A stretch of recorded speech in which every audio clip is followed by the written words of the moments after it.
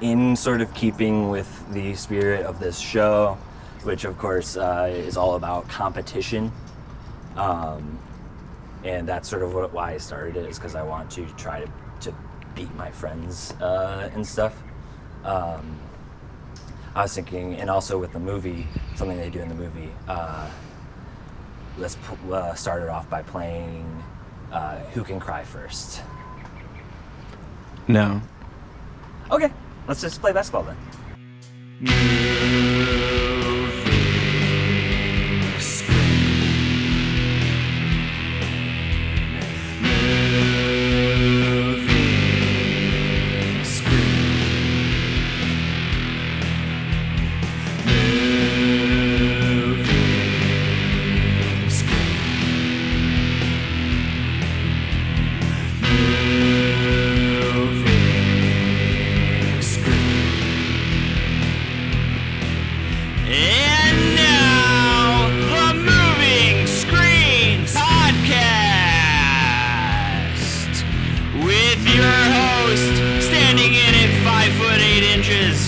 University of Illinois at Urbana-Champaign, Richie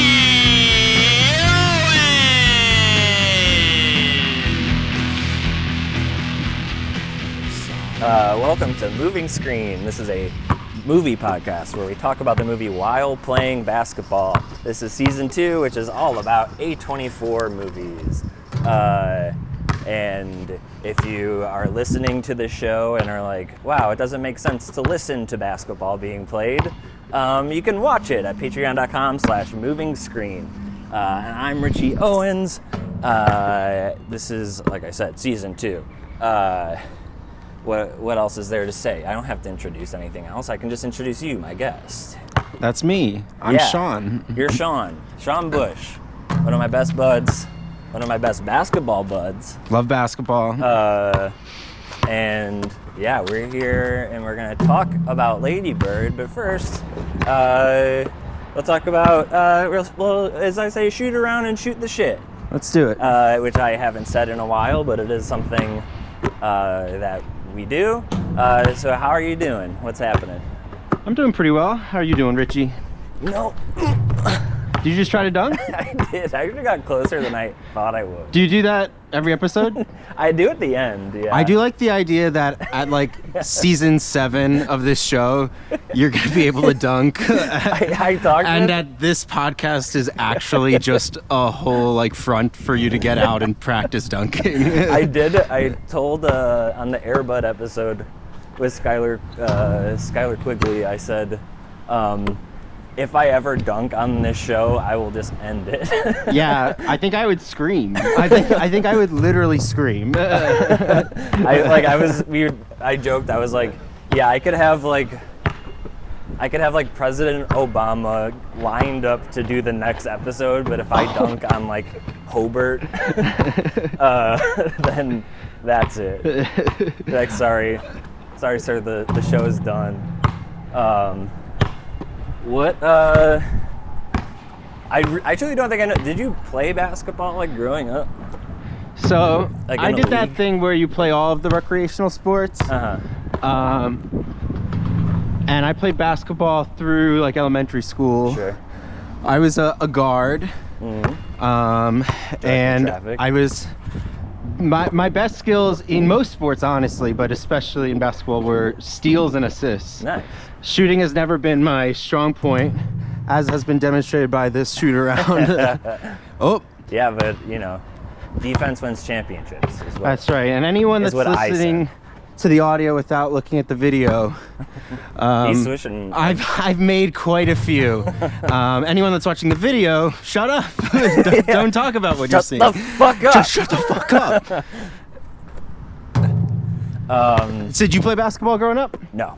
No? Not even for 1 second. Not even for a second? Nope. Not even like horse with friends? No, we did that. We play like knockout. I never played it in any sort of like official capacity. Yeah. What position would you want to play? I feel like I'd be a guard. I really relate to like Alex Caruso. Yeah, we we've talked about basketball quite a bit. Yeah. Just in our personal lives. Right. Not that this is professional. Hey, I get $30 a month from the Patreon.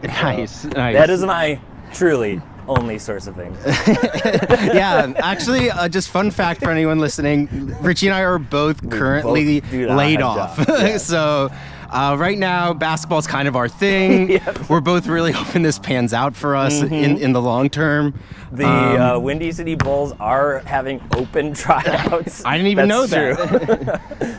And I'm like, wouldn't it be funny if I joined the NBA? Yeah. If you join the NBA, Richie, and this is a promise, I will buy season tickets. Cool. Yeah. And I want to remind everyone, I have lost my job. So that is a financial commitment that I should not be making. I was saying, if I join the NBA, I should buy you season tickets. Well, that which does would make be more a funnier proposition from you. Yeah, that's right. Hey, if you join the NBA, you can buy me season tickets. If I somehow make the NBA, I would make it I would make sure that you somehow got courtside seats to one game, because personally, that's like one of the rich people things that I'm like, okay, that's pretty cool. Yeah, you know. One time, my dad had a penchant for leaving games early. I think we left a Cubs game once in the 4th inning. Wow. Well, you know, that's when all the action happens in the first three innings. He loves the national anthem. The military salute. Yeah. Yeah. And then he's just checking his watch the whole time. So do you guys do like a second inning stretch, or? Yeah, we actually stretch after every inning because we never know. Well, you gotta keep loose. You gotta keep loose. You gotta be limber. One time we were leaving a Bulls game probably like after the 3rd quarter, if I had to guess. Everyone knows that in NBA basketball, the 4th quarter is the one you miss. The first 3 are like really, really important, and then the 4th is just, you know. It's like a reverse Miami Heat fan. Yeah, truly. You guys get there like an hour before the game. He's just all about beating traffic, truly. That was his big thing. Yeah. There was one time we left the White Sox game early, and it was a kind of close game, and literally we were in the parking lot and the fireworks were going off for a home run. And my brother Cody was like crying. I feel bad for laughing at Cody's pain, but just the idea that you're crying as fireworks are going off in the background. It's beautiful, it's cinematic. Yeah, truly. But all this is a long-winded way to say we left the Bulls game in the 3rd quarter, and like a woman walked up to us and was like, "Hey, me and my kids are leaving." She also had like 3 kids with her, and my dad had 3 kids with her. That's why I said also. It's a Brady Bunch situation. Pretty much. And she was like, "We're sitting courtside. Do you want to sit courtside for the last quarter of the game?" So we did, and it was damn. Well, coolest. I guess I'm not going to give you that then, because you've already had that experience. If I make the NBA, sweet. I'm getting myself courtside tickets to watch my own team play. Yeah, and they'll have you on the bench courtside, and you're like, "Nope." Yeah, I want to sit in between a normal person. I want to sit with the fans. You know? And by fans, I mean Jack Nicholson. Yeah, Jack or Billy Crystal. Yeah. Is he? No, not Billy. No. We don't. I can never. I forgot about your beef with Billy. Yeah. Yeah. So going back to you being an Alex Caruso type, despite Alex Caruso being actually very tall. Yes. You think you'd be like a defensive kind of like playmaker? Yeah, I think I would just be like. I definitely wouldn't start. Out of principle. Yes, out of principle. Yeah. And I think I would just be really all about kind of like not just like defense, but really just trying to be kind of a pest, if that makes sense. Okay. Like, so you'd maybe actually be more of the Dylan Brooks, Pat Bev. Yeah.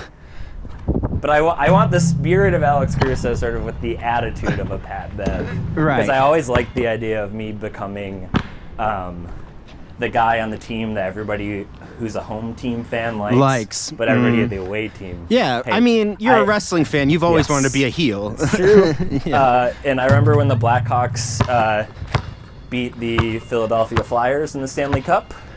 Are you a Flyers fan, or do you just not care about hockey at all? So growing up, I was an all Philly fan because my dad is, and then kind of out of obstinance, I was like, I don't have to like all the same teams as my dad. Yes. So I adopted the Devils. I'm from New Jersey, Yes. so But the part of New Jersey that's close to Philly. closer to Philly. But than I did become a Jersey Devils City. fan, which was also very close. New Jersey's fairly small. It's pretty close Yeah. to New York, and the Devils were in New Jersey. Right. But and then I stayed an Eagles fan in football. I'm still a Sixers fan to this day. Yes. And then in baseball, I strangely enough rooted for the St. Louis Cardinals because my uncle is a St. Louis Cardinals fan, and he lives in Scranton, Pennsylvania, and has his entire life. Because he loves The Office.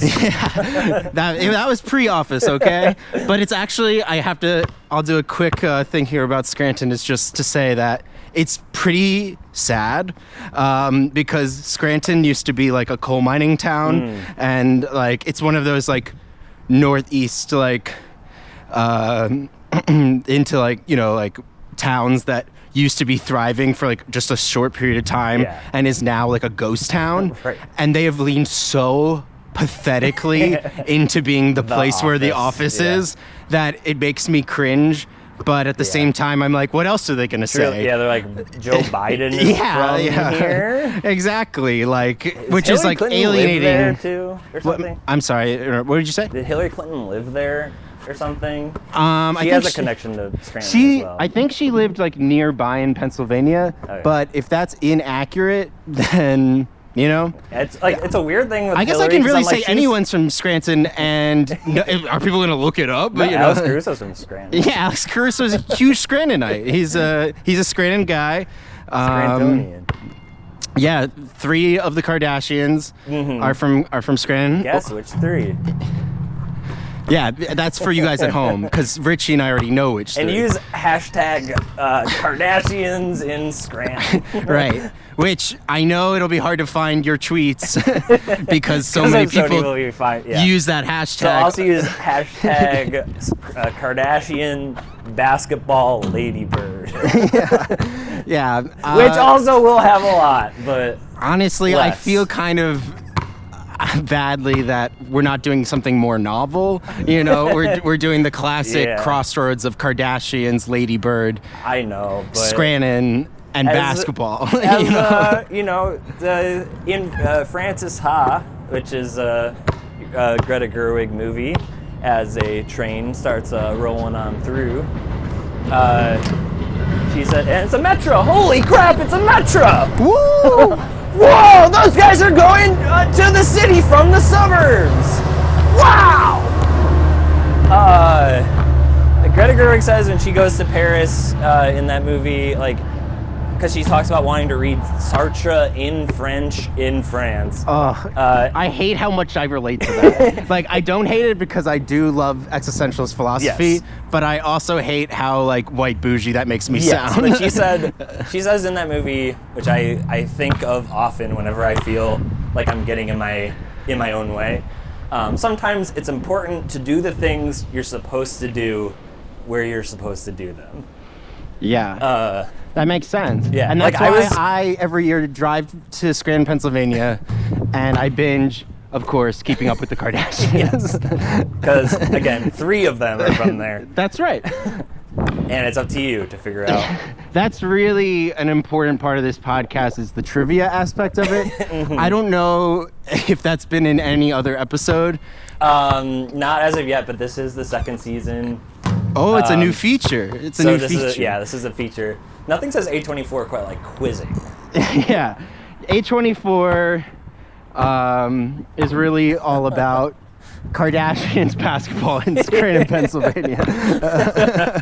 And it's almost sickening. Yeah, it really is. I know this is not what we are talking about today, but No. Midsummer was filmed partially in Scranton, Pennsylvania. Yep. And if you All the Swedish scenes are actually Scranton. yeah, that's right. And you can tell that because if you look in the back of every shot, there's a coal miner walking with a pickaxe. Yeah, that's right. That's right. Absolutely. I do want to do a Midsummer episode of this show, but take mushrooms Oh, before the show and see how that feels, honestly. that reminds me of the. I wish I remembered his name. Maybe you know his name. The guy that took acid and pitched a perfect game. Yeah, I don't know his name either. Yeah, but one of the coolest. I feel like that's like an accomplishment that like is better than most other athletic feats. Absolutely. You know, like it's like basically being like, oh, you know this thing that like 20 people have ever done ever, and at that time like even less. Yeah. Like I'm gonna do this thing, but also be on a psychoactive drug that warps my reality. I would say in a weird way, because like having done acid and knowing it now, acid's never truly affected me in any like meaningful way. As the Amtrak Midwest, oh my God, those people were probably at the Wisconsin Dells. It's the Northeast Regional.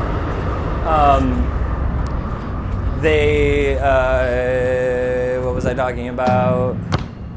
Oh shit! Now I forget too.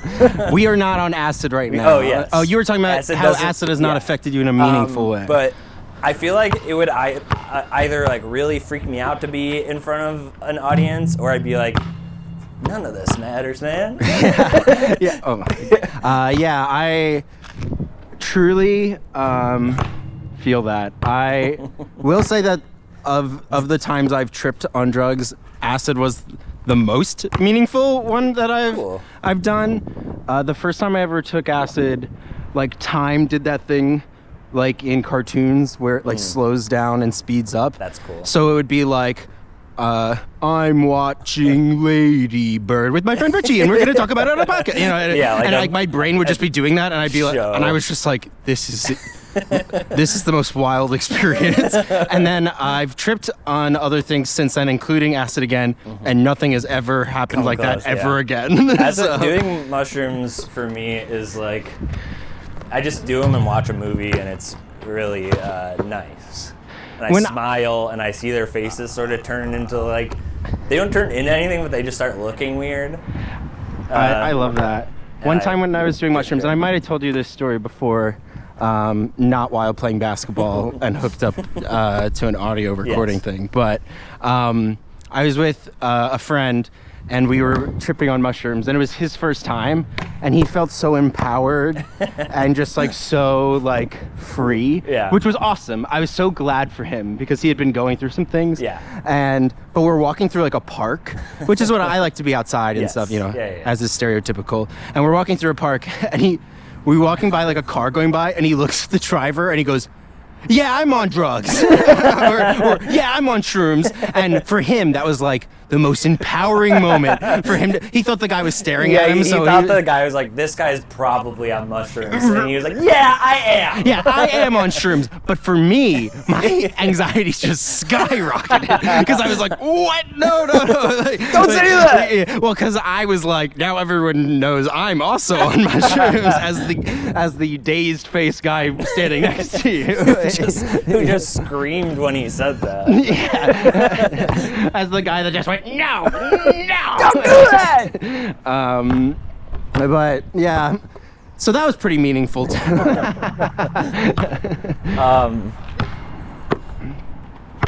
Yeah,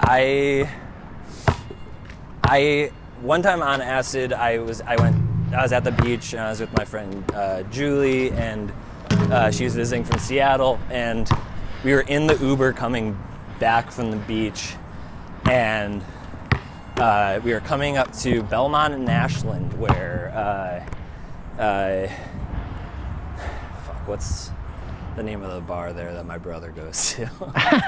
You know it. Where is it? Belmont and Ashland. I don't know off the top of my head. Belmont, Ashland, Lincoln.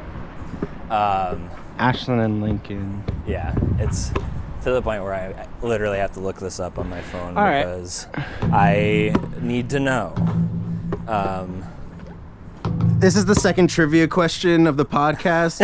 Do you remember the bar that Richie's brother goes to frequently? It's located at Belmont, Ashland, and Lincoln. And that's true. And just tweet at me. Just tweet at me if you know what it is. And also, you have to come up with this answer pretty fast because Richie is going to say it on the podcast. Yeah, it's Flagship Tavern. Flagship Tavern. If you have that, Richie personally will send you seats, courtside tickets if he ever goes into the NBA. If I make it to the NBA. Yeah, that's right.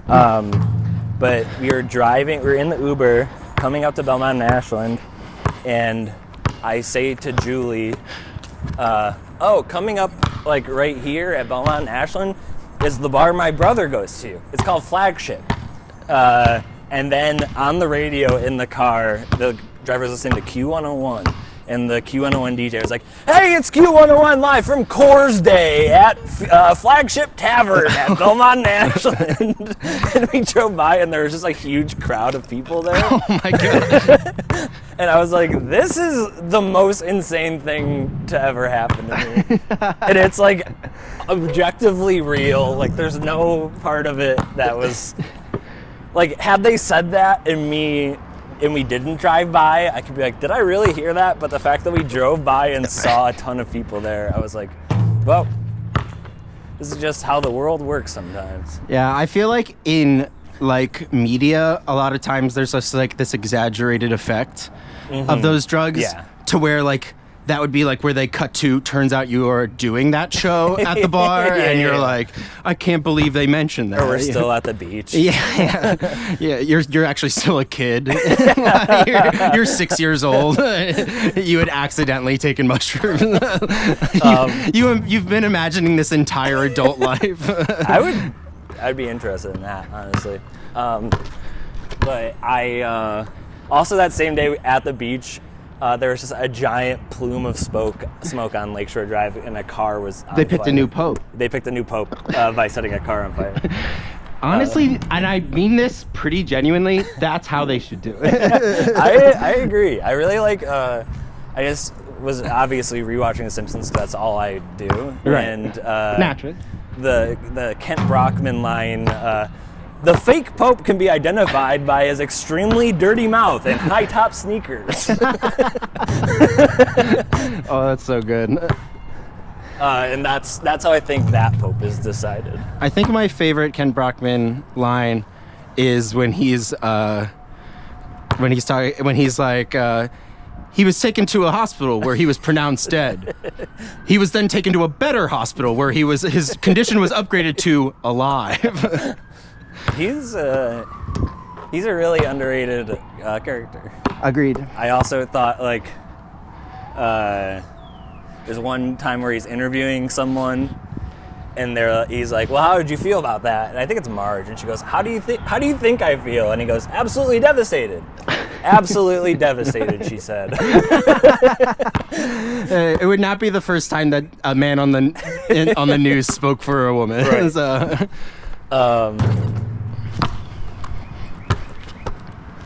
I think, are you warm? I'm warm. Yeah? I'm hot. Oh, shit. Yeah, you're basically like the new pope. You're smoking. That's right. Just call me New Pope. Call you Jude Law. I got a fucking new pope. Was it young pope? It's young Pope, I think.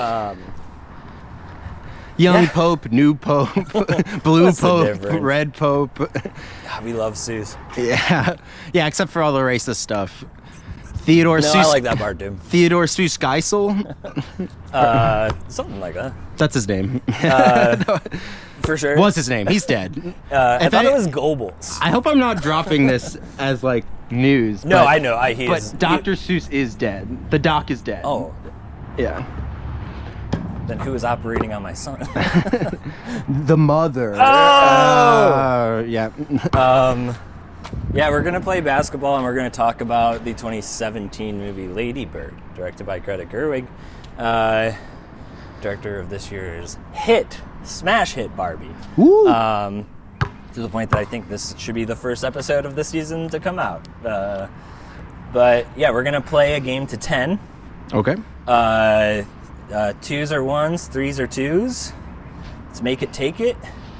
And you check after points, I guess. Sounds good. you know the typical basketball rules. If you have any questions, feel free to raise them. I might just say, sure, we can do it that We're way. calling our own fouls. Yeah. I know you laugh, but I'm gonna be throwing a shit ton of elbows. I was talking. Anyone listening to this, you're gonna see Richie in the coming weeks. If you know Just Richie, black and blue. he's gonna look like someone kicked the shit out of him. I'm recording Wednesday and Thursday this week too, so I will probably still be just slowly. That's right. So, do I start? Yeah, since right, my show, you get to start. All right, I'll take it. So, when did you see Lady Bird in theaters? I did.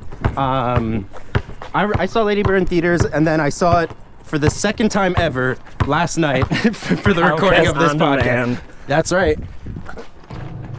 Which, if people don't know, you cannot fast forward or rewind on Comcast On Demand, which I think the technical term for that is total bullshit. It's like one of those things were there ads during it? There were no ads. That's But so the weird, only 'cause options were play and start over. Do you have a Comcast like TV box?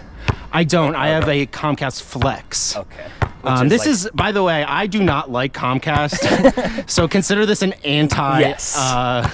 advertisement for it. Is not sponsored by Comcast. That reminds me of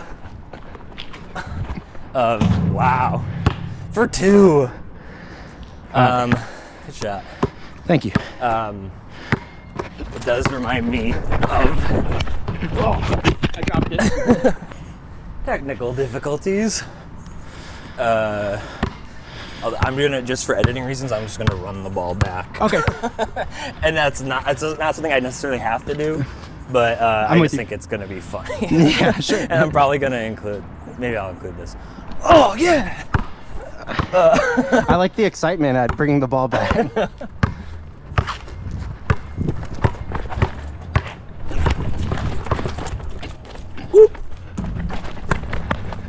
This is me. This is how I win.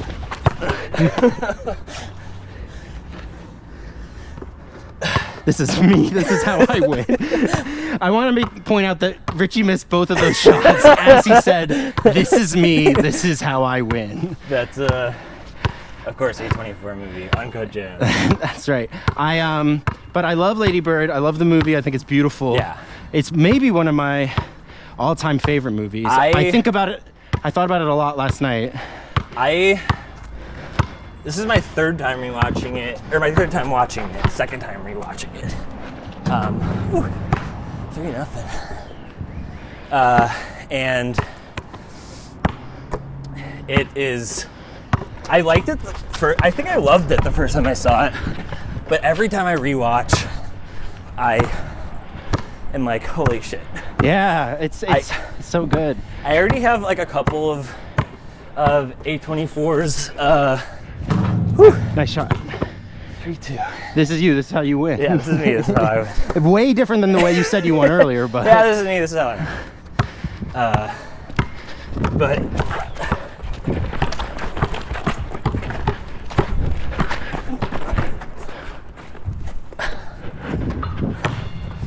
if that made it in, it would have been like Comcast, not including rewinding and fast forward. yeah, I have a couple A24 screenplay books. Oh, nice. Which are like pricey, but really, really nice. And after like rewatching this, I'm like, God damn it, do I have to buy the screenplay? Because there's just so many, like, it's so quick and like witty and funny. What's one of the most resonant lines of the movie for you? I have a couple in my head, but I think the one that comes to mind for me the most is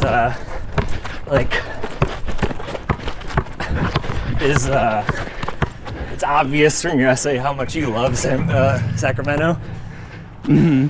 Yeah. And then her saying like, maybe I just pay attention. And she's like, what's the difference between love and attention? Right, which is like a theme that's like strung throughout the movie, Yeah. especially with like her relationship with Julie. Yes. Right, where it's like she thinks being friends with Julie and showing love to Julie is just like being her friend. Right.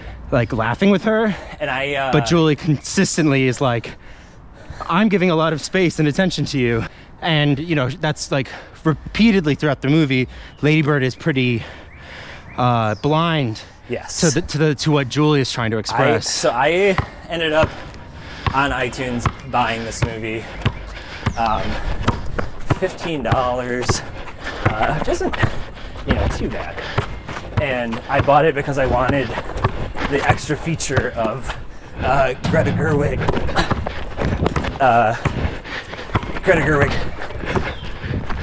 Doing commentary. And so I technically watched it twice, but this morning I watched it like while drawing and listening to the commentary. Oh, that's nice. By the way, for anyone listening, this has become a rain game. This is a rain game. It's light. A drizzle game. Maybe it's getting into cameras. We don't know. Yeah. I imagine that's the sweat. Yeah. Like we are working so hard We sure that are. the cameras are sweating. And it's 4-2.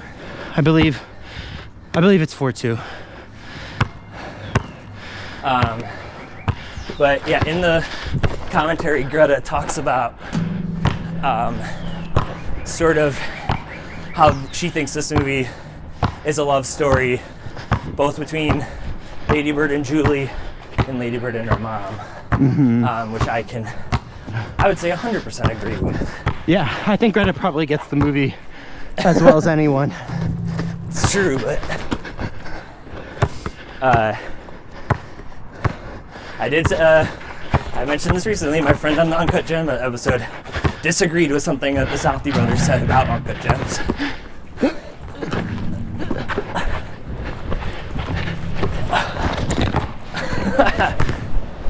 That's interesting. Yeah, I mean, obviously, I'm not saying she's the sole contributor of like Interpretation. the for analysis Her. Yeah. and synthesis of ideas in Lady Bird. But I mean, I very much see that. You know, Yes, like it's, I think too, which I think is pretty apparent. I don't think anything I'm saying is groundbreaking, but one of my favorite lines is when she says, she's talking about sex, and she says, "I've just been looking forward to it for so long, but it turns out I think I like dry humping more." yeah. Which is both, of course, funny Yes. and like relatable to anyone who's had sex for the first time. Yes. For sure. But is also, I think, also like one of those lines that means way more than Right. just what it's talking about, because Lady Bird has these like ideas of grandeur, this Yes. like romanticized idea of leaving her hometown. Greta also says that Lady Bird thinks she's a part of a movie, but it's a different movie than the one we're watching. She thinks she's a part of a movie, but She's a different part. She's a part of this movie. She thinks that she's in this movie, but the movie that she's in is different from the one she's imagining in her head. totally, and it's Because she is I'm sorry. Is that inside or outside? I was inside. 4-3. 4-3. And yeah, I think I like definitely relate to the whole like I kind of want like all these things to happen.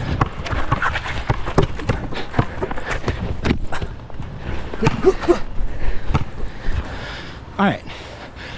You were saying? I can really relate to like wanting all these big moments to happen and wanting them to happen how they happen in my head. And then, I used to have this sort of, I didn't lose my virginity until I was 22. And it got to this like point where I, like, obviously so much of society talks about sex. I was like, Who's talking about it? No. there's that song that says "Let's talk about it." Oh, so yeah. that's when everybody sort of started to talk about it. Yeah, and- it was pretty taboo before that song came out. Yes.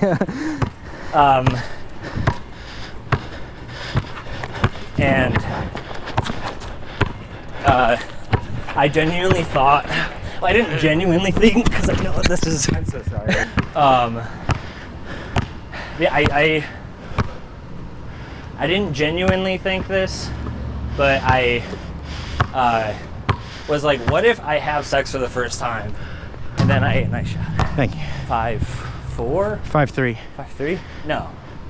Yeah, it was 4-3.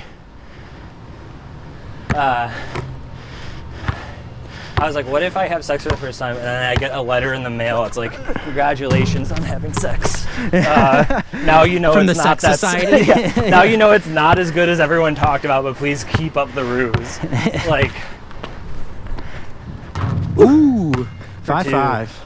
that was a 2, so that's 6. No, you. No, yes. yeah, you're right. Yeah, you had 3. Yes. 5-5. Yeah, I definitely like. Also with the girl that I had sex with when I had to, who I lost my virginity to, I should say, who I had ultimately obviously ended things with. I was like, can we meet at this quarry? Oh, yeah. Because Your I was like, first time was on a quarry. yes. No, but I was like, this I is feel like an idiot. My first time was in a bed. No, don't. That's a common mistake. Don't use a bed to have sex. I never have, and I never will. Yeah, comfort should not matter at all when you're having sex. Ooh, close. But I just was like, oh, meet me at this quarry, and then I was like, I don't think we should talk anymore. Yep. Right, you're at the quarry. Yes. And then you said... I was just like, I said like, oh, is this dramatic? And she was like, yes. And I was like, but it was because I was like, this is like something that would happen in a movie. Like, this is a really kind of beautiful place in our small college town to come sit and have a serious conversation. But like, I obviously could have just did it at her house.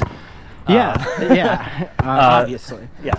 Yeah, I think it's like that romanticism kind of shows through in every way, like her romanticized idea of romantic love, yes. of what like being someone means or yes. being important means.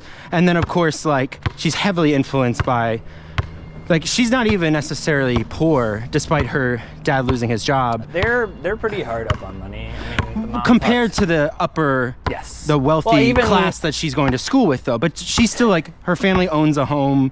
Well, they yes. like both, like, they've gone to, she's going to Catholic school, on scholarship. You know, like her parents were both on like salaries based off of having like college yes. degrees and things like There's that. also like the part where she's reading the magazine. She's like, "Can I get this magazine? It's $3." She's like, "You can go to the library and read it." Right. Well, Like, her parents are definitely penny pinching. Yes. So I'm not trying to understate that her family wasn't in financial trouble, at least. Yes. Like, but like I'm saying, relatively, Yes. she kind of, again, just like with Julie, turns a blind eye to her relative privilege. Yes. Right. I mean, and you hear it too when it creeps out when she talks about Miguel, like even Miguel, blank, blank, blank. Yeah. She also was like, "You got into college because of affirmative action." Right.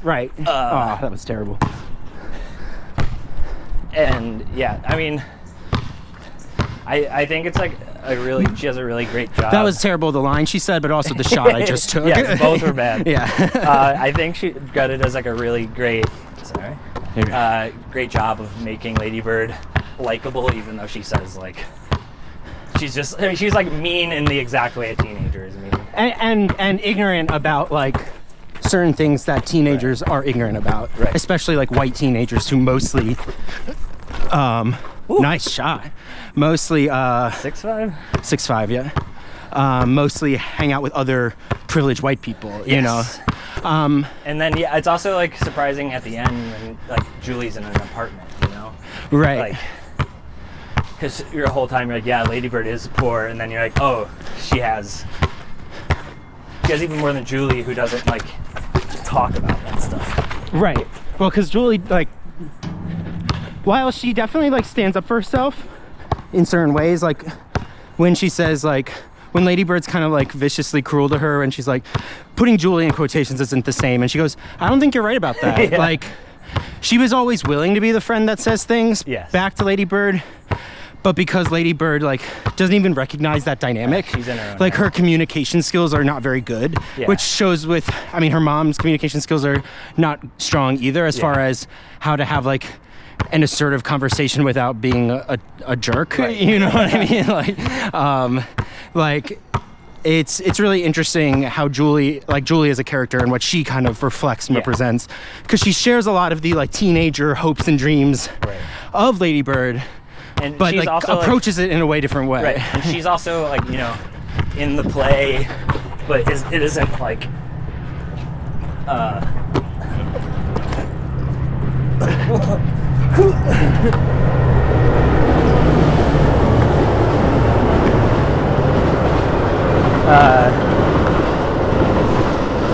Lady Bird like wears like a special sweater to the play auditions.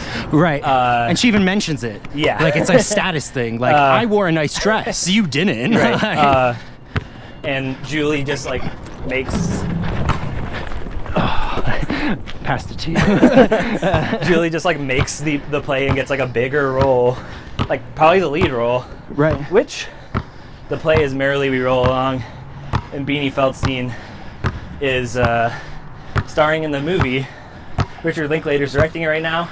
They're shooting it over 25 years because the play takes place over 25 years. So that movie will come out in, I think, like at this point, 22 years. But to the point that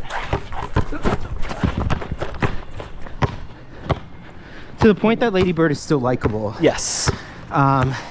Obviously, like as the protagonist, you root for her in the ways of like you can see like the kind of harsh treatment she gets from her mom, which anyone whose mom is like overly chastising them about every little thing can relate to that. Yes.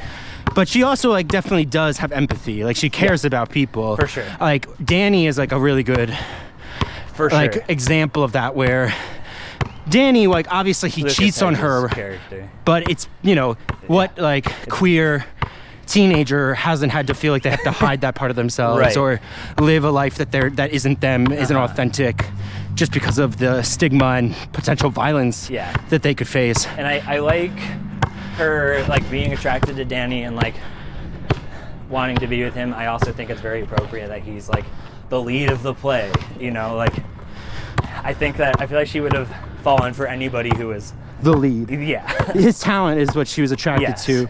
But also he was like, and he was sweet to her. And he's sweet. They had a nice relationship. He was saying the things that she wanted to say, like a star named for them and all of those things, like Bruce, yeah. Good old Bruce. Right, I think of course, Matilda and the cake eating scene. And so they looked up at little Bruce eating chocolate cake in the sky. And he winks at them, and that's the part of the movie that I don't like that much. The wink? Yeah, I wish that he just had a really serious face. Oh, God. I can't hit a light to save my life today.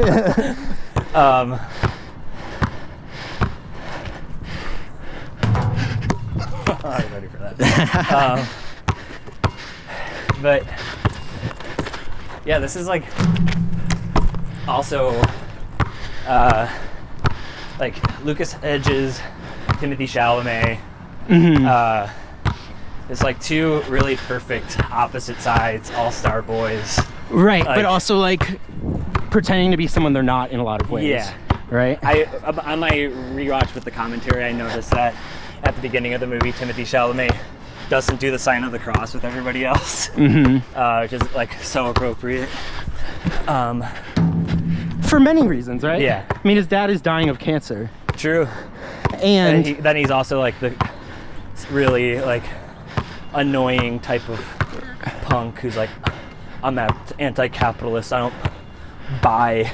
I'm trying not to buy things. Yeah, I'm trying to not use money. I'm trying to barter for everything. Yeah. Which isn't like, it's like he's the poster child of just like well-intentioned but not actually like informed leftism of like, I understand these things only so far as I can be critical Right. of things, not insofar that I like get the like community building and like like have class consciousness Yeah. and things like that, you know, like Yeah, like she's like, you go to private school. He's like, yeah. so I do that for my dad. Yeah. And it's like doesn't really matter. Like you're like your class consciousness is bad, man. Yeah.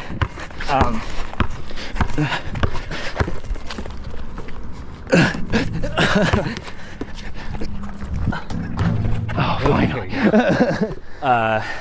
6'6"? 6'6". Michael Jordan. Is that how tall Michael Jordan is? Or That is not tall. oh, okay, I thought maybe it was like 6 rings. Yeah. 6 6 rings. 6 times. 6 times. He eats 6 eggs for breakfast every morning. But we also didn't get to talk about like that opening scene, which I think is so perfect. Yes, it's so good. Of like introducing like Lady Bird and her mom as characters, and whoa, it's a Metro! Woo, going in. And it looks like a nice and new one! Woo. Holy cow! I can't believe how green those windows are! Incredible! That's this Dickie V looking at the Metro. Incredible! it's the Metro, baby! March Metro! That's what I should call the tournament that I do in March. Yeah. No, but absolutely. I mean, it also like has the movie. Greta Gerwig in general does like a really great job of using like the transitions within scenes. Yeah. Where like there's a certain dynamic and then one thing changes and then so does the whole dynamic. Yeah. Like they're listening Grapes of to Wrath. Grapes of Wrath. Which is all a book all about people coming to California. Yeah, and like they're crying and they're loving it. Yeah. And then as soon as the mom says, let's just let it take a moment to like sit with it. This is my second favorite line. We They don't can't- have to be constantly entertaining ourselves. Yeah, we don't have to constantly be inundated with stuff. Yeah. But it turns out they do. Because without those distractions, the two of them can't They fight. like not fight with each other. Because they're always looking for something Right. that the other one says until they have beautiful moments together. Right. And of course, they get into a fight and Lady Bird jumps out of the car. Which Breaks the her first arm. time seeing it is so daunting. Yeah. Like- It's I think I was in the trailer, which is almost a shame. Yeah, I mean, not to go on a rant about that, but I will just say once in one line, trailers really should not include pivotal moments like that or like really important moments. I watched the movie Wild Things the other day, and I actually Okay. liked it. And then like I really like on Blu-rays, they you can watch the trailer, which I think is really nice, especially for like older movies, because you get to see like what like how this is advertised to people, and how the movie differs from what they actually have. Oh, And it's like the Wild Things, like I went in like only knowing about like the sex scene in it, and there was like a lot of twists that are just fully revealed in the trailer, like not even kind of hidden, just like literally the plot of the movie plays out. it's like a Spark Notes version of the movie. It seems Yeah. like it, which I guess isn't a modern problem, you know.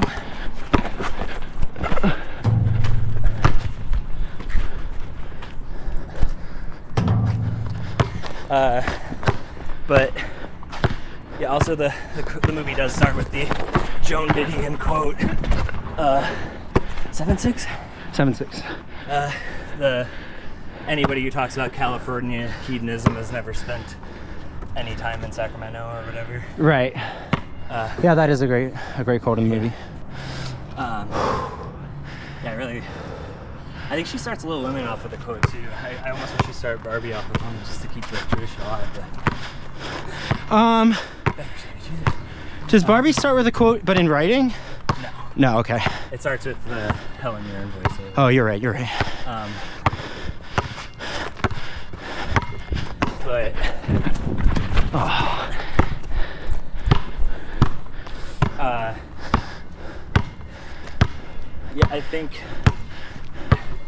in the movie also, like, right when she jumps out of the car, on her cast it says "fuck you, mom." Right. The mic on. It's down here somewhere. Richie has put his mic into his belly button. It's a basketball move I've seen before, but not a podcasting move I've seen before. Amaroff. Should I take it out? Yeah, that's fine. But yeah, after that we got "Fuck You, Mom" on the cast, and then John Bryan's score of the movie I think is really great, and I really like. He used to work with Paul Thomas Anderson all the time, and doesn't anymore. I think it's a real shame. Do you know why? I don't. Huh. I feel like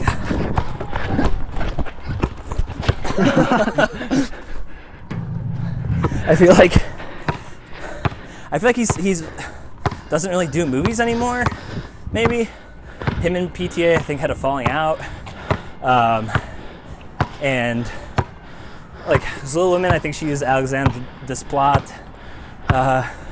Barbie she uses what's that one? Like Lizzo. Yeah. Well, Lizzo obviously does the Dua theme. Lipa, What's Ice the- Spice. What's the Mark something? He's like a big I don't producer. know. I'm sorry, I don't really know these. He's just like names a like you do. hyper big like pop producer, like Bruno Mars featuring Mark something. I think his name's Mark. But he does that score, which I don't know. I have my problems with Barbie. Yeah, right, the character. Yes. I was like, what the fuck's a patriarchy? That's you. And when I found out what the patriarchy was, I was not happy. Were you not happy in the way Ken was? Not that this is a Barbie podcast, but I was I saw an Instagram story that was someone being like, don't you think Barbie was a little heavy-handed? It's definitely kind of not subtle, yeah. but you also have to remember the audience. Right. And that's what I watched it and I was like, oh, this is a fucking kids movie. Like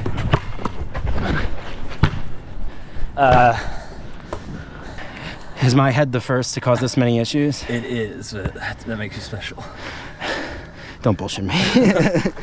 I'm the character that they made up just for the play or whatever. There is no Tempest. Is that true? I actually have no idea. Yeah, I'm not a I probably should have Googled that. I mean Or binged. Or binged. or Bing! For all the Bing heads out there listening to Richie's podcast. Yeah, everybody who loves Chandler. Yeah. The Bing head. Yeah, I get it, Richie.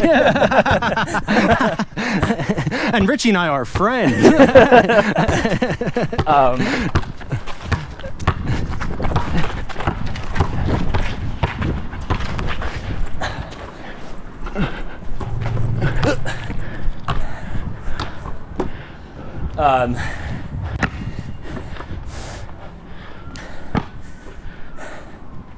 Yeah, I don't know. I definitely liked Barbie when I first saw it, and then after seeing how much it was loved by everybody else, it's 8-6.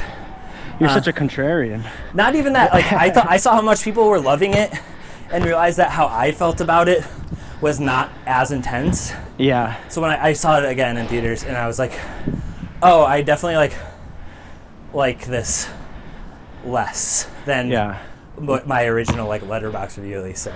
Yeah, I took it from 4 to really 3.5. liked it. Super fun and wild ride.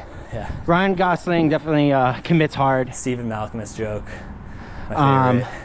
Having said that, a good segue back to Lady Bird. Yeah. Chandler Bing. No. I wanted to go back to the part with Danny though, just as we were talking about like Lady Bird as a character and like how she recognizes to show love in certain moments. Yeah. You know, like when Danny comes to talk to her. Yeah.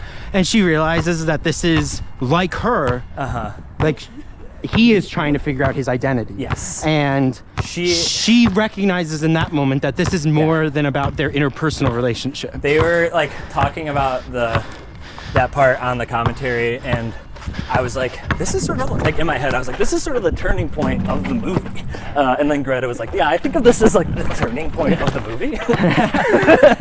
And I did like a finger guns to my TV.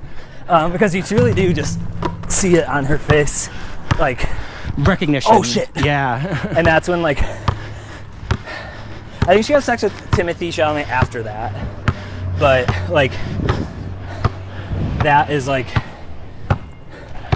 that is like obviously such a big thing. And I think after the sex, because she thought that he was a virgin because he says he is. Right, which is so fucked up. Yes. Yeah. Truly. And then I love, it's like, and he doesn't know if he's had sex with 6 people. Right. The dialogue in that scene, maybe my third favorite lines, which is, for game, which is her going to cut. Is to it 8-6? It's 8-6. Okay. When she's like, cut to 10 years later. And he's like, what are you talking about? Oh, yeah. Yeah. And I'm also like, as an audience, we're like, yeah, what are you talking about? Yeah. She's like, because you're That's a a kid. big cut to. Yeah. That's a really big cut to. You know? There is a joke on I Think You Should Leave season 2. I think unfortunately said by a canceled man who should not have, or season 3, who should not have been in the show. But Tim's going out on a date, and his friend goes, cut to your bachelor party. I think that's really, really funny. And it's also indicative of like, Richie might laugh at me for saying this because I talk about deconstructing like the societal ideas of stepping stones all the time. Yeah. But like that idea of like cut to and like these things, it's like life takes natural progressions towards marriage, towards kids, Right. towards whatever. And like, sure it can, and that can be Yes. beautiful and awesome. But like, it's just also like Lady Bird's idea of life. So fairly naive, Yes. while also being like informed by like a desire to deconstruct her identity, Yes. starting with her name. Right. Which Which also is like, it's Lady Space Bird. right. Like Larry Space Bird.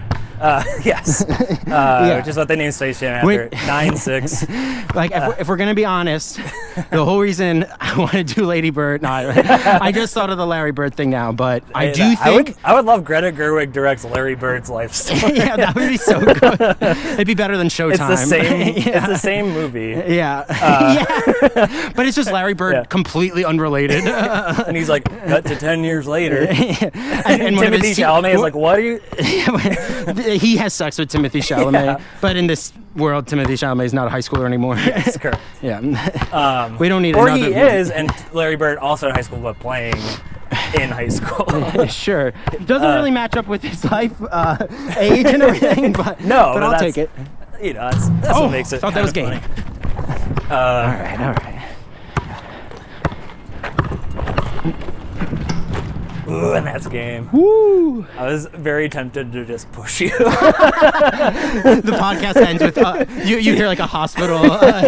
You're like, is he okay? Yeah, He's like broken his elbow in 4 different places. the ambulance drivers are taking off the GoPro. I'm like, no, it's still recording. And then you hear me go, no, get me an Uber. I can't afford this. I just lost my job. Yeah, neither of us have the money. Yeah. Great game. We're gonna take a water break. Woo. Okay. Second to last part of the show. Sometimes you've heard of the game Horse. Yeah. Have you heard of the game Pig? Yeah. Have you heard of the game Cops. Bird? Oh, like Larry. Like Larry Bird. Or Lady. Like Larry or Lady Bird. Father son. Yeah, we're gonna play Bird. Sweet. Oddly enough, a lot of the movies I've done have had an animal in the title. I feel like, because we did Teen Wolf. You're right. We didn't play Space Jam. And like Jam, obviously, has pectin, which is alive. So it's not an animal, but Right. like, you know, I believe jelly is alive. We did sort of briefly get into Merrily We Roll Along. They actually did film a lot of that play. Right. The deleted scenes is like 10 minutes of them actually Really? doing the play. Yeah. Also, just a really quick aside about the play. I'm sorry. I don't know why I was going to play defense and. Oh, okay. Turning away over my head. You didn't call that beforehand, but I'll take it. Oh. Oh. I know that I missed, so. You gotta be. B. Like Lady Bird. Like Lady Bird. Getting a B when she throws out. Yeah, she throws out the math teacher's test, which is like. No, like his whole grade book. His whole grade book. Yeah, so basically this is like, as someone who was a teacher, like, that would never happen, like, from like 2005 Right. on. Yeah, so the fact that the movie takes place in like 2002, 2003. I always forget that this movie takes place in 2002. Like, I don't think of this movie as sort of like a period movie, but it, like, whenever I watch it, it obviously is. Like, I'm not thinking like, oh, Lady Bird's such like a good throwback to 2002. Right, and But they when talk you're about watching it- terrorism and the war in Iraq like frequently. Yeah. There's like little clips of like On the the invasion news of and Iraq. Nice. Yeah, I think that like, yeah, and like if you remember, Julie asked about terrorism when Lady Bird she's said like, she wants to go to New York, Yeah, which and- like nowadays would sound like pretty ridiculous. Racist, I mean, it would definitely sound racist, Yeah. but. Not that it wouldn't sound that way then, Yes. just to clarify, but like around that time, like a lot of people were saying stuff like that, Yes. you know, so it definitely does place it on a timeline. But anytime after like whatever 2005 or whatever, like whenever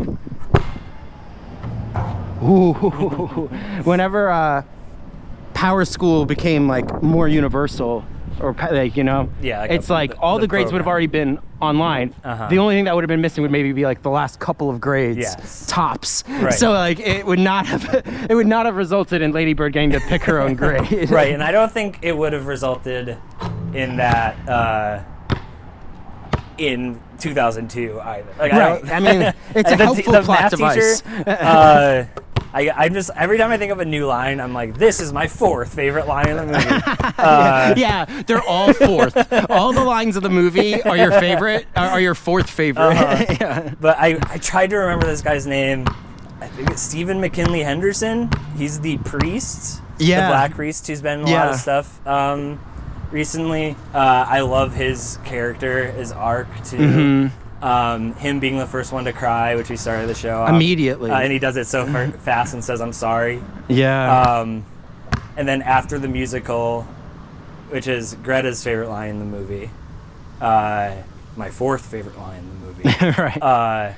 is Beanie Julie talks to the math teacher who she has a crush on, Right. who has a pregnant wife, who Right. she doesn't realize. First she says, like, as he's walking away, he's like, oh, it was really good. Congratulations. And he walks away and she's like, congratulations. Yeah. And then she sits down next to the priest and he goes, they didn't get it.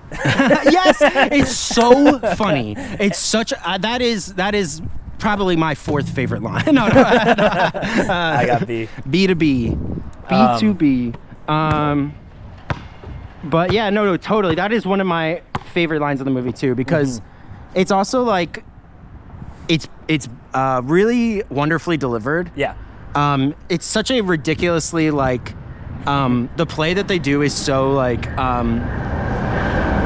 It's Amtrak, Midwest, Northeast Regional. Those people are probably going to the West Coast. At least one person on there is probably going up there. But it's so wonderfully delivered, but it's also like the play itself is such like a silly, hokey play. It's it's the perfect version of a high school musical. Right, and the fact that he's like troubled by the fact that people were like, which is funny because when I think this might be what I was going to say earlier, but when the play is going on and there's like some people who are like really into it and everything, but it shows Lady Bird's family and they're all like, what the fuck is this? like, and it's like Julie's so relatable. mom is like really proud of her. Right. Like, and they're like all like loving it. Yeah. And then it just shows like, you know, the Miguel and his girlfriend. What's her character's name? Starts with a B. I can't remember. All right, that's okay. And the parents obviously, and they're all just like they're there because paying attention is love. You know, like it's like attention can be love sometimes, even if you're at this silly hokey play. And also, but I guess like, they just didn't get it. You know, a beautiful. Wow, nice free throw style. Though you didn't call it. Actually, have to do it upside down. I said upside down, not backwards. Woo! I made it. Tick for tack. Which it's subtle, but after the play is when he goes to Lady Bird's mom and he's right. takes a leave of absence because he's depressed, and like I think realizing that people didn't understand his production really bothered him. And this is a left-handed layup.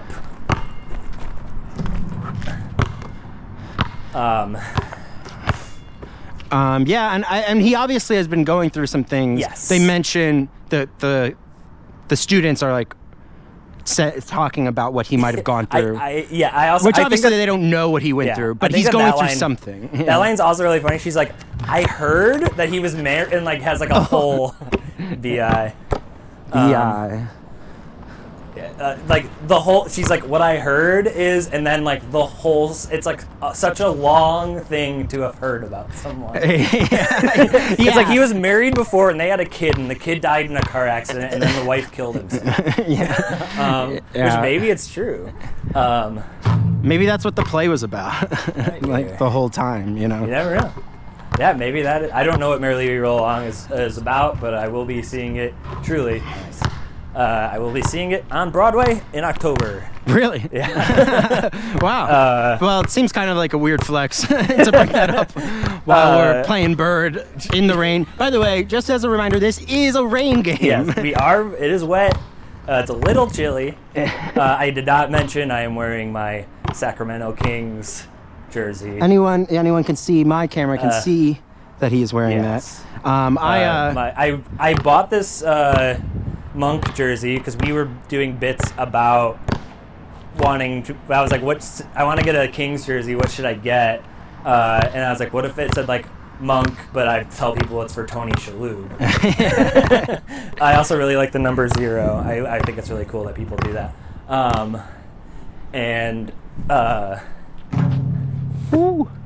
That was, I wanted it to rim around, so you have to miss it from there and have it rim. Yeah, everyone knows the rules of Bird. Unlike horse, is that if you miss, the person has to miss the way you miss. I will say that in my last episode, which might come out after this.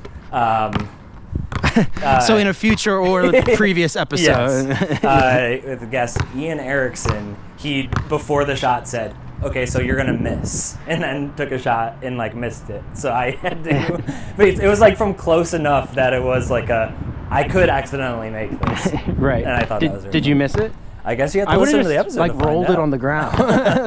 But I do that and it hits something and bounces up.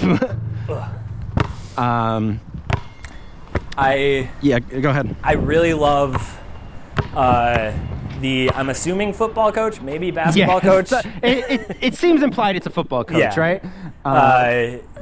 Drawing up the blocking of the play, it's sports. Keep hitting the mic. Sorry. Sorry. Can you say what you just said again, real quick? Yeah, drawing up the play, like the blocking of the play on the whiteboard or chalkboard, I guess at this point. Yeah. And when he celebrates when Danny like nails the monologue or like the ending song or whatever, he like. Also, it is it's featured in Marriage Story, which is my favorite scene in Marriage Story. Which I have not seen. I think you should. It's on Netflix if you have it. I also have it on Blu-ray if you need to borrow it.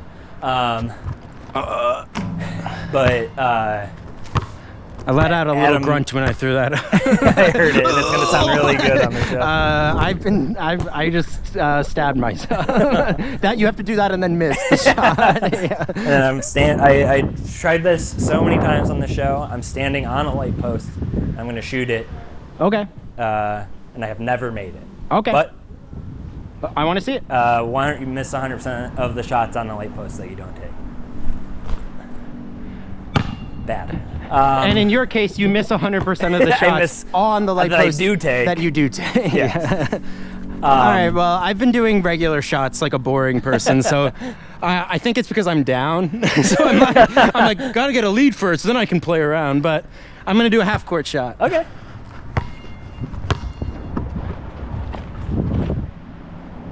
It was lined up pretty well. Just It didn't have was. the Yeah, it wasn't bad. oomph behind it. You want to shoot it from that half court? I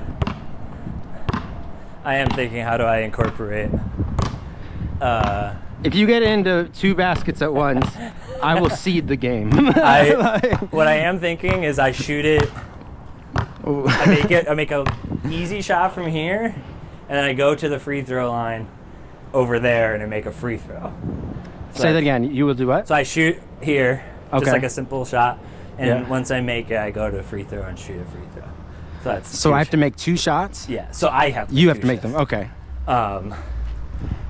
And I missed the first one, so we don't get to do that. Well, it was an idea. Yeah. And that's what this show is about, if nothing else. An idea. Like Inception. I gotta stop making that sound. For some reason, I think that if I make a sound, it'll push the ball slightly further than my hands pushed it. I realize I go a lot. Yeah. It's like I'm doing the sit and reach, doing like the presidential thing as a kid. Under the leg. Oh! and That I was pretty squished sick, it. I'm not gonna lie. I hope it's on camera. That'd I be think... cool. oh my god. Dude, I haven't been looking at you this whole time. You just did it like this? Yeah. Oh, nope.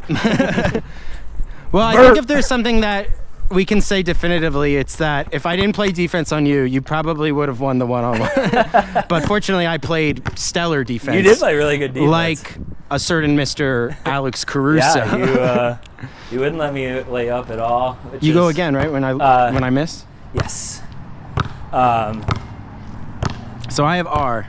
You do. And you just have B, right? Yeah. Yes, I just have it.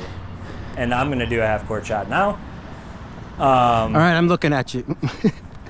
I'll try to follow. In Marriage Story, there's a really beautiful scene where Adam Driver, after a play that he throws, is out to drinks, and there's a pianist playing, and it's a karaoke piano thing, and he sings "Being Alive" from Company, which one of the people in this musical auditions with. So I'm thinking that that's a big. Well, there's a couple of Company songs in Marriage Story, but I'm thinking that that's a thing for Greta and Noah. From downtown! Ooh, it was nothing but net. It was nothing but net. It did not go in. Yeah. Which are you familiar with Company at all? Not super. It's at the very least, Being Alive is an incredible song. I will listen to it. And Sing it. Being Alive. That was good. Thank That you. was good. I felt alive. That's well you should. But there's also a great Probably because I am a documentary- living sentient thing. Like jelly. This is my big thing. This is what I'm gonna drive home on. And then you miss. There's also a great documentary about the Hit the rim cast. 3 times. Of And course. then you make I that. threw it with one hand on a not my turn and it goes in.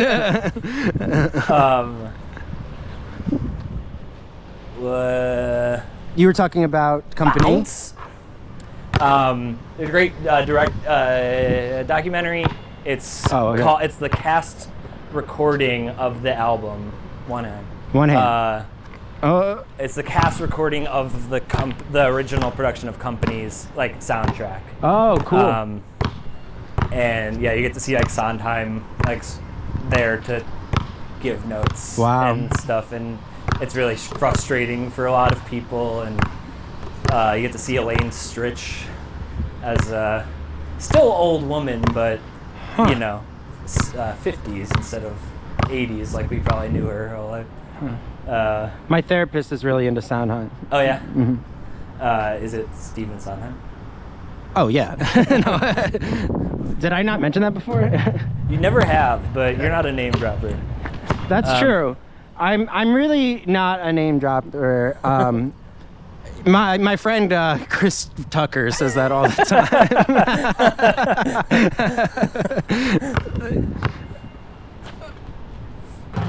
Nice.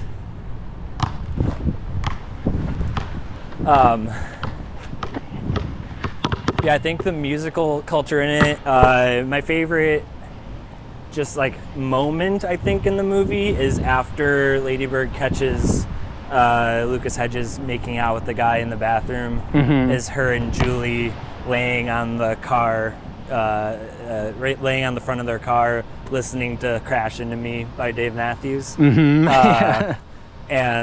neither of them, both of them know the song, but they don't really sing it the right parts at the right time. Which is totally what it's like to hang out with like your friend as a teenager listening to music and like I mean sometimes you know all the words, but like there's well there's like it's that one part of the song where he goes like crash dun, dun, dun, dun, into me, like it changes a little bit, but they still sing crash into me like during the break. I'm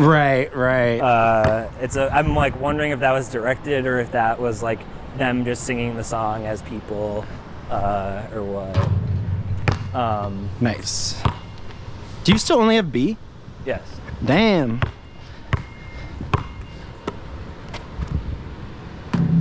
And yeah, it's sort of Lady Bird tries to become popular. Yeah. Which kind of succeeds. I feel like the first time I saw the movie and even a little bit the second time, it matches with like her like romanticization of being like beloved and the center of attention, which Julie calls out at one point.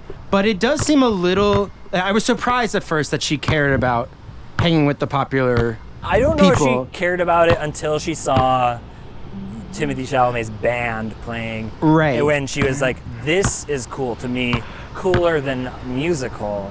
Right. She like gets a job at that coffee shop where the show is happening.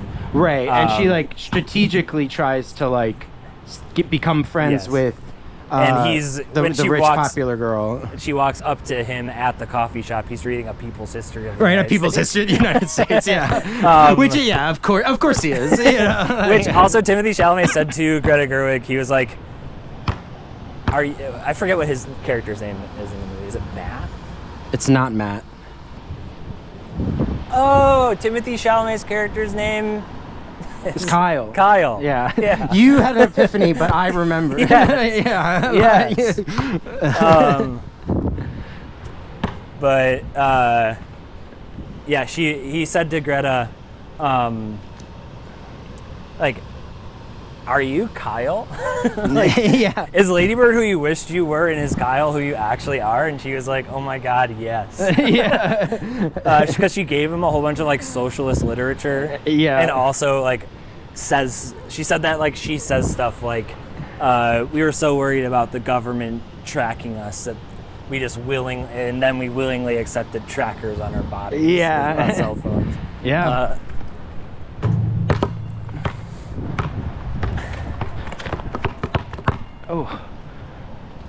I think that's really funny, and also, you know, we're all a little bit of Kyle, we're all a little bit of Lady Bird. I mean, I think any of us who have like been on a journey of like criticizing like the status quo have had a little bit of Kyle, especially as like, I mean, let's be honest, as white men, like of being like, I like am against the establishment and this is how I understand it, and like getting a certain form of like like dopamine from like that idea that you are like not going to be like everyone else, even though it is actually in the end very stereotypical, you know. And then there's also like there's a point when you learn these things and then you sort of start saying them, right? I in college, I dated a girl. She taught me about feminism, so I started saying pretty regularly to like my brother's friends and stuff, because they're younger than me and we're more like bros. I'd be like, I'm a feminist, and like, you know, Right. I'm saying that out loud. But now, if I'm in a conversation with people and I go, I'm a feminist, people will roll their eyes, Right. Because it's assumed, and also, but you have to learn. You have to learn at what point do you stop having to announce these things about yourself. Because it's also not about you. Right. You know, it's not about whether you are. You can, like... I'm bi. Right, which, well, I am bi. And I'm not... I don't feel like that's the same when it's about your own identity. Like, I think you can... Oh, no, sorry. I was saying I have BI. I thought you were saying, like, I'm bi. That's, like, another example of things that, like, you don't have to announce all the time. And I was like, first off, in the bisexual handbook, you do have to announce it as much as possible so that people know. I really go by the label queer, but... Yeah, same. But anyway, what was I... I was gonna actually bring up a whole another point, if that's okay. Yeah. I realized that we didn't talk a lot about the dad. Tracy Letts, Chicago legend. That's right. I have seen him on stage a couple of different times with TJ and Dave, and then in cool. a play at the Steppenwolf as well. I saw. Well, actually, the last time I watched Lady Bird before recording for this, I was still in New York, but I was in Chicago, I think, for like Thanksgiving or something. And I was here for like a week, and I watched this movie, and I was like, Tracy Letts is so fucking good in this movie. Maybe my favorite performance in the movie. Or secondary. Lady Bird's pretty fun. Saoirse Ronan's pretty fucking She's good. so and so is good. Lori Metcalf. Maybe my third favorite performance in the movie. Fourth favorite. Fourth favorite performance in the movie. Actually, Tracy Letts is your fourth favorite line in the movie. Yeah. I'm gonna sort of windmill. Oh my God! If that went in, it was so close. I'm having a lot Especially of 'cause, fun like- with my shots today, and I'm coming pretty close. Yeah, and I this also- is why you buy the video footage, folks. It's $5 a month. That's right. Also, for any of you listening on audio, Richie has taken off most of his clothes. Yes. He is just standing there in a fanny pack and the GoPro. And it's a clear And for fanny any of pack. you that are watching on the video, shut up! Shut up! Shut the fuck up, please. All right. So I think what's really interesting about Tracy Letts' character. I want to just real quick finish my Tracy Letts thought, which is that I watched this movie sorry. here visiting, and I was like, oh man, it'd be so cool to go see a Tracy Letts play. I wonder what's happening at Steppenwolf right now. And I looked it up, and Bug was there, and it was starring his wife or long-term partner, Carrie Coon. So I got to see Carrie Coon do Bug on Broadway at Steppenwolf because I watched this movie. Yeah. Which is like pretty cool. I've also seen Bug at Steppenwolf. I really liked that play. What did you think? I thought it was great. Yeah. Yeah. I love Carrie Coon too. Yeah. He was great in the movie. He like really understated. He's the only character who like maybe doesn't have any flaws as far as the script goes, but he's not supposed to be like a main part. Yeah, and I think as far as like that's kind of the point too, though, Yeah. right? Is that like he's a kind, gentle person, Yes. and that also benefits him to not be assertive. Yes. Because he's in the he middle gets to of be the the- nice guy. He gets, Right. It's For that, which like the and he mom also, points out too, like, oh, of course your dad gets to just be the nice guy all the time. Which like of course she's like particularly nitpicky about things, and like that makes it hard for you to be like, yeah, like but at the same time, like you can see that because Yes. she's the one having to do the hard part of parenting a lot of the time. You know, and like- he is also 100% just in the middle of warfare. Right. Basically the whole That's time. true. So he like has to be Switzerland. Like he has to sort of be there for his wife and there for his daughter and knows that they love each other. Yeah, and they know that, right? Yes. I mean, like, they know that when they're not in the middle of their they know that when they're not in the middle of their feud, right? Like, because we have not mentioned that Lady Bird wants to leave California and go to New York because she's like, there's culture there, and her mom's like, you've never been to New York, right? and it's exactly that, like, sunset idea. So what were you gonna say? I moved to New York, and I also had this idea of New York. I'd been there one time as a kid, but I was like, I want to live there, and I didn't even like have any memories other than like me and my dad stayed in Midtown Manhattan, a nightmare. As a kid, cool. Probably we went to TGI Fridays in Times Square. Of all the places. Yeah, well, I mean, but that's where the culture. That's where you get culture. I literally I did. Were you part of the podcast I did years ago where I had people tell me to go places in New York? No, but I was part of the podcast you did years ago where on New Year's we told everyone to that this year I want to get high and fuck more. Yeah. That's gonna sound really good with us pairing it up. That's what I should say instead of 3, 2, 1 clap. Get high, fuck more, shoot some hoops. That's maybe I'll make stickers that say that. Yeah, hell yeah. Patreon.com. I truly might, and I'll send those out. Nice shot. But yeah, I also love. She says like, I want to go to a place where there's culture, like New York or at least Connecticut. Yes. Oh, I wrote this down when I was watching it because I was like, I have to mention it, and then I totally forgot. I think it's hilarious that she mentions Connecticut. So I'm from New Jersey, as we mentioned earlier. Yes. No one I know has ever romanticized Connecticut. No. Like, I have never heard anyone think that Connecticut is interesting or like wants to move to. Even like when she says to go live in the forest, it's like even then there's way better places to go than Connecticut. Right. Like, I'm gonna shit on Connecticut for a second. I don't know if I've ever been in Connecticut even, but to me, I'm like, this is where the wealthy people who don't want to live in New York live. Right. And it's like, isn't Yale in Connecticut? Like, yes. So like, I understand the idea that Yale, where Yale is, might be. Did you make your shot, by the way? No. Oh, yes, I did. Yeah. So I still am bi. Hey, same. But, queer. Yeah, queer. Yeah. And yeah, I relate to that so hard. And I also feel like I have to mention the meanest thing I've ever said in my entire life.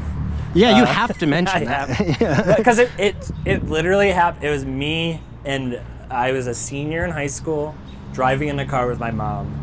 And you opened the door and rolled out. I opened the door, jumped out. I was a kind of student who would get like, I feel like probably you too, we get like letters in the mail from schools you would never attend being like, we're going to give you $15,000 a year to go to this private Catholic university that you'll end up paying more for even though you have a scholarship. But my mom said to me as we were driving, if you get a full ride to Olivet Nazarene University, which is in Bourbonnais, Illinois, it is a religious school. Like my friend Andy went there. Like boys and girls were not allowed in the same room. If they were, like after a certain point, if they were, both feet had to be on the floor. How would they even know? And they weren't allowed to wear shorts. How would they know if your feet were on the floor? That's if an RA came in and your feet were off the floor, then you would get fined or something. All right. But my mom said they do realize people can have sex with their feet on the floor, right? And maybe that's what they did. Am I breaking that news to people right now? You can have sex while standing. Actually, no, you're not, because I said earlier I don't have sex in beds, and you shouldn't have sex in beds. Right. Which includes standing. You only have sex in quarries. But my mom also a homemaker. Lovely job raising us, always took care of us. So my dad was the one who had the income for our family. Mm-hmm. And she said, if you get a full ride to Olivet, you have to go there. And I said, no, I won't go to that college because I don't want to. And she said, "You'll have to." And I said, "What do you care? Dad's the one who's paying for it." Damn. That is like a line from Lady Bird. Except opposite for her in that regard. But and my mom, I think, started crying. My dad came up to my room when he got home and was like, "You can't say stuff like that." Like, he wasn't even like angry at me. He was just like, "Buddy, come on." are you serious?" Yeah, no, that's, I appreciate you sharing that. Yeah. I also told it on the I don't know if the show's still running. It's called We Still Like You, which is where you tell stories of shameful things you did, and you have to have the audience say "We still like you" at the end of Yeah, it. for anyone with anxiety, that's just called the 10 minutes when you wake up and the 10 minutes before you go to sleep every single day. Yep. I'm on a new antidepressant. Hey, which one? I'm on Cymbalta. Seen commercials for it. And so actually, I'm not running. I do not feel like it's chilly at all because I've been running hot. I feel good now for a second there. Woo! Nice. Swish. That actually was a swish. It was. But what were we talking about? Swish. Another swish. Richie, whenever I make a good shot and you hit it right afterwards, I don't know. I can't help but feel celebratory because we can both be good at something. But also, I'm trying to win. I mean, we could be 2-on-2, you know? This podcast is going to be 5 hours long because you're going to keep matching my shots and you're going to keep doing trick shots to try to get me out. But yeah, so that, in that sense, I truly relate, like, because I was like, my dad really wanted me to go to Illinois. I had like visited Champaign, but I didn't really know about it being a college, but I knew my dad wanted me to go there. So and that's how I'm like, Kyle. Yeah. I'm like, my dad wanted me to go there, so I was like, I want to go there. So I'm sorry. There you go. Burr. Burr. Both at Burr. Yeah. Aaron Burr, sir. Aaron Burr, Bill Burr, Larry Burr. Lady Burr. Lady Burr. Lady Burr. So I actually relate more to Lady Bird in this context because I was like, I got to get the hell out of my town. I was from like a farm town though, not Sacramento. I didn't know that. And it wasn't even that I don't appreciate things about my hometown. Yeah. Much like Lady Bird. It's mostly that like I wanted more people, more types of people. Yes. I felt incredibly alone for a lot of like childhood, even though I did have people that like my family and certain friends that did make me feel less alone, but still I didn't have like a large group of those people. Yeah. So I really wanted to get out of there. Yes. And I went to an expensive private school for undergrad. I did get some scholarship and some things, and I couldn't help but think about it so much where it's like her mom is being so ruthless about like this decision. Yeah.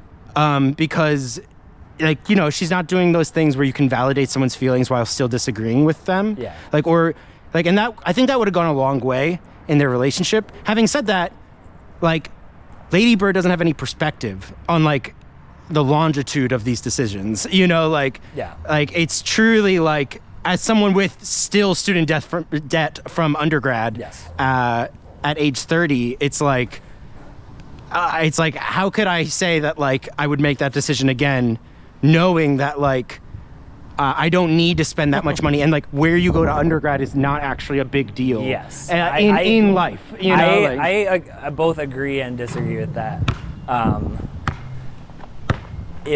Because I have 3 younger brothers. I went to state school. They all went to school. Cody went to Lewis in Romeoville, which is like 20 minutes from my parents' house. Michael went to St. Xavier. He went to Moraine Valley, which is community college. Grand Valley State, which is junior college. And then St. Xavier, which is the same school my dad went to, all within driving distance of my parents. And then my brother Peyton is going to community college. All of this is nice, but I truly think I became who I am as a person because I was 18 and living, it was only 2 hours from my parents' house, but I needed that, and I wish that more people got that experience. But also I know that people don't necessarily want that. Some people want to stay around. Yes, absolutely. And I should clarify. I Ooh, think bird.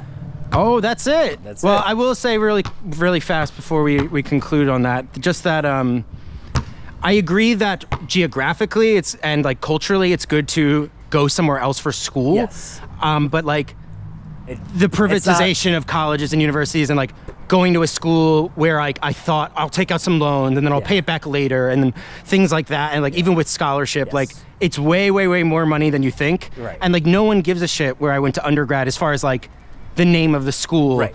Now that I'm older, Yes. you know, like it only I matters think, maybe for the first job you get out of college at most. I think that like also it's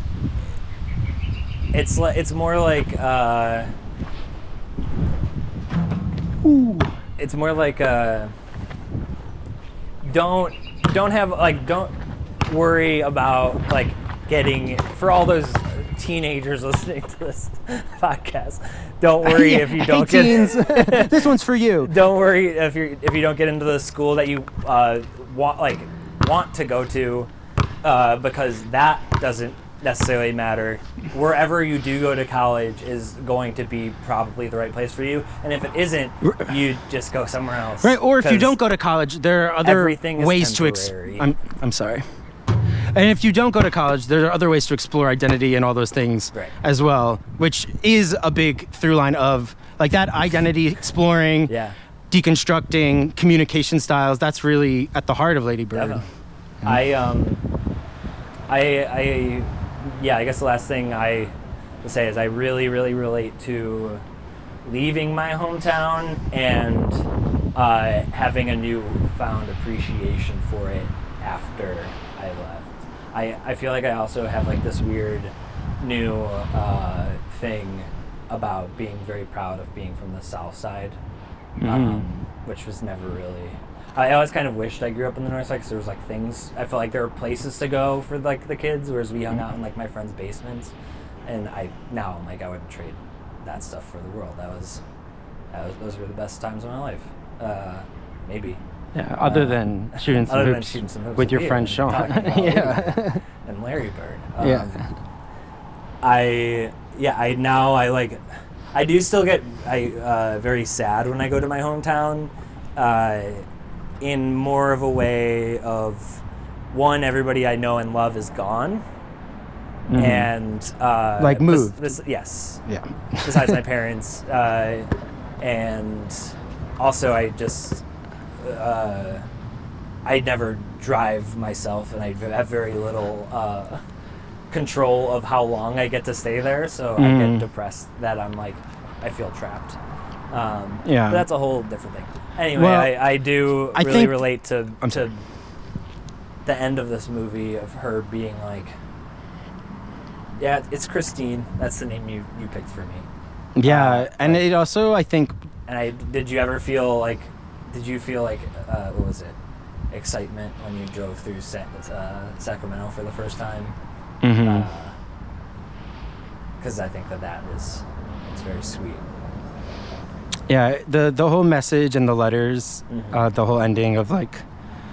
I also had that for Chicago when I moved to New York, of being like, wow, I miss like all my friends in Chicago. I miss like biking very easily. On flat surfaces with actual bike lanes. I was just going to say real quickly that I feel like that trapped feeling, like you can feel that anywhere. I mean, you can feel that in any place. And I think we all are constantly in a cycle of sometimes feeling that way, you know? And, you know, if like there's something that ending shows you is that like where you come from and the people you come from are, even if your relationship with them is no longer like to, you know, whatever. It's still like a source of like what made you. That's why you are who you are. Yeah, and in some ways at least, right? Even if it's that you hated everything about it, so you did everything opposite. Right. It's still like inspired in you, like these like beginning foundational like experiences. I have at some point this fall or winter an album of music coming out. Woo. It's called Somewhere Else to Be. and the cover art of it is I went to every place I've ever lived and took a picture in front of it, and then just laid them all on top of each other. Oh, I love that. And it looks really cool, and it's also the whole sort of thesis is about moving around, and you're never gonna find your footing, really. Even when you find it, nothing's gonna be solid forever. You're always gonna be growing and learning, and you're never gonna be on solid There's no ground. such thing as like that, right? Yeah. Which is what Lady Bird is starting to discover. Yes. When she gets to New York and it's not all she thought it would be, let alone the incredible, cultured, guys of Connecticut. I do want to try one dunk. I was inspired by you. That's the last part of the show. Oh. Is you give your review of the movie, and while you're leading up to your score, out of 5 rebellious teenagers. Oh, okay. Try to dunk. Great. And I'm also gonna. Am I giving just a numerical rating or? Give like a review. Yeah. Sure. Succinct review, as I say. Yes. Sure. I'll only go on for 10 to 15 minutes. That's fine. No. Lady Bird is one of my favorite all-time movies. I think it's such a beautifully directed and written movie that the actors really nail, both in the subtlety of their performances, but also in those like loud crashing back to earth moments of the movie.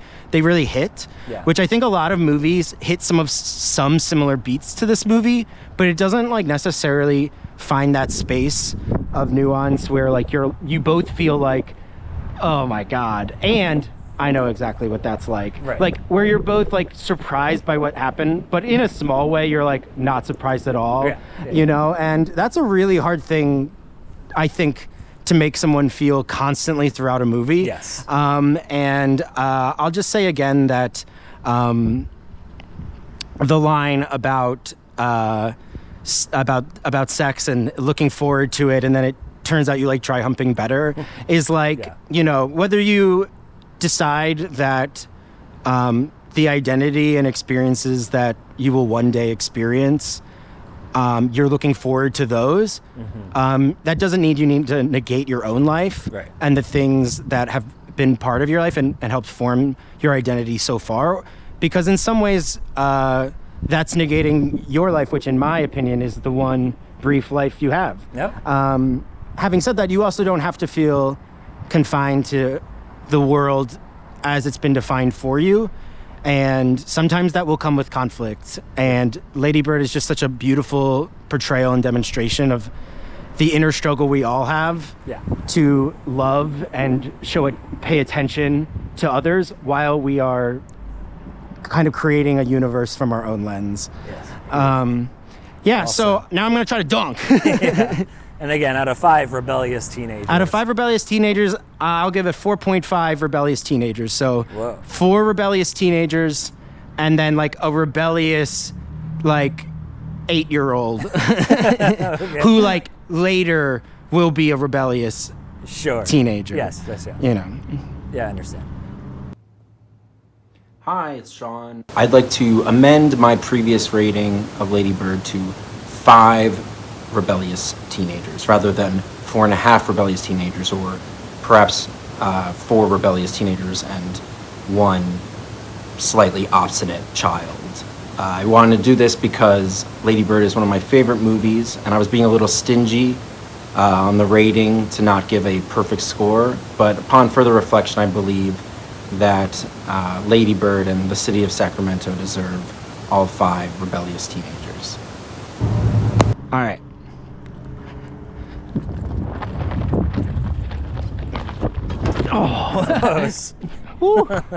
For anyone that is purely listening, I dunked that shit so hard. I didn't celebrate because I'm just kind of cool. And anyone watching the video, I can't stress this enough. Shut the fuck just up. please. Shut the fuck up, please. All right, Richie, you're on.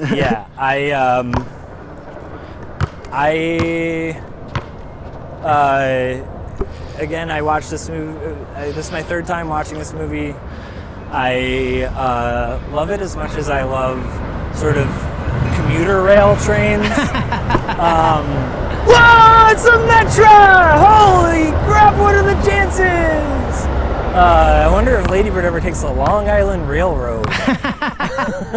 My sister did when she went to Adelphi University. Hey. That's Adele's university in Philadelphia. No, it's Adelphi's in Long Island. Adele, the singer, has a university in Philadelphia called Adelphi. Yeah, I'm sorry. I missed that because of the train. So I just heard you go, it's in Philadelphia. And I was like, no. But you're right. Yeah. I'm wrong. My sister loves Adele. Yeah, this is my third time watching this movie. Every time I watch it, I love it more. I can relate to wanting to escape, to loving your family, but not wanting to be around them. I can't relate to being ashamed, which she kind of is, obviously. Like, she has her dad drop her off away from school. One of the saddest lines, probably my saddest line of the movie, fourth saddest line maybe, is when Laurie Metcalf is like, do you think your dad doesn't know why you have him drop you off like a block away from school? And he just like looks dejected while he has solitaire on the computer. I think it's a really perfect growing up movie. I think it's really universal. If you somehow listen to this and you've not seen the movie, please do. Yeah, so I think it's universal for growing up. I think it's a very special movie.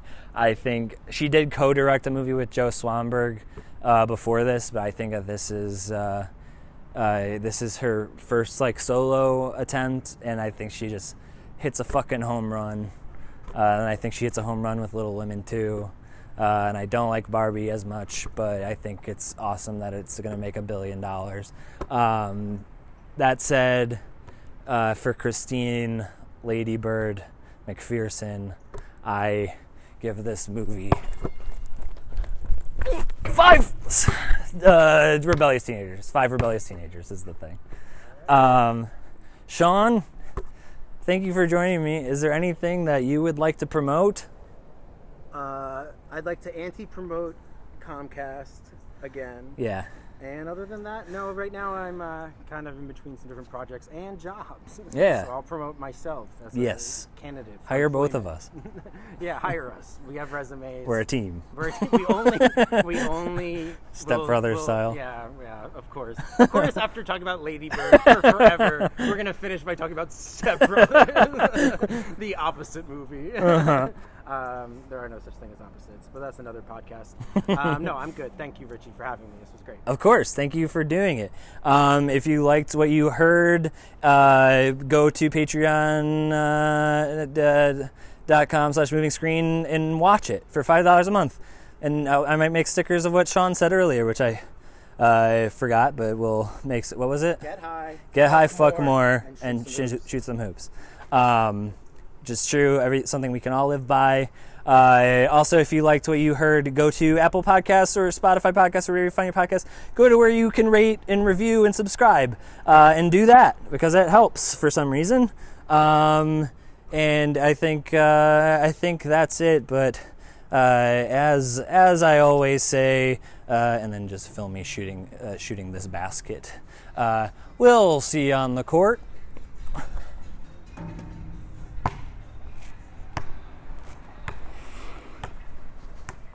God damn it!